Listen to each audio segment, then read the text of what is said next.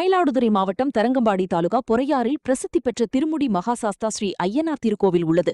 இக்கோவிலின் சித்திரை திருவிழா ஆண்டுதோறும் நடைபெறுவது வழக்கம். அந்த வகையில் கடந்த 1ஆம் தேதி கொடியேற்றத்துடன் சித்திரை திருவிழா தொடங்கியது. அதனைத் தொடர்ந்து தினந்தோறும் சுவாமி சிறப்பு அலங்காரத்தில் எழுந்தருளி வீதியுலா காட்சியும் நடைபெற்றது. விழாவின் சிகர நிகழ்வான திருத்தேரோட்டம் இன்று வெகு விமரிசையாக நடைபெற்றது. பூர்ண புஷ்கலா உடனுரை திருமுடி மகாசாஸ்தா ஸ்ரீ ஐயனார் சிறப்பு அலங்காரத்தில் தேரினுள் எழுந்தருள செய்து மகா தீபாராதனை கட்டப்பட்டது.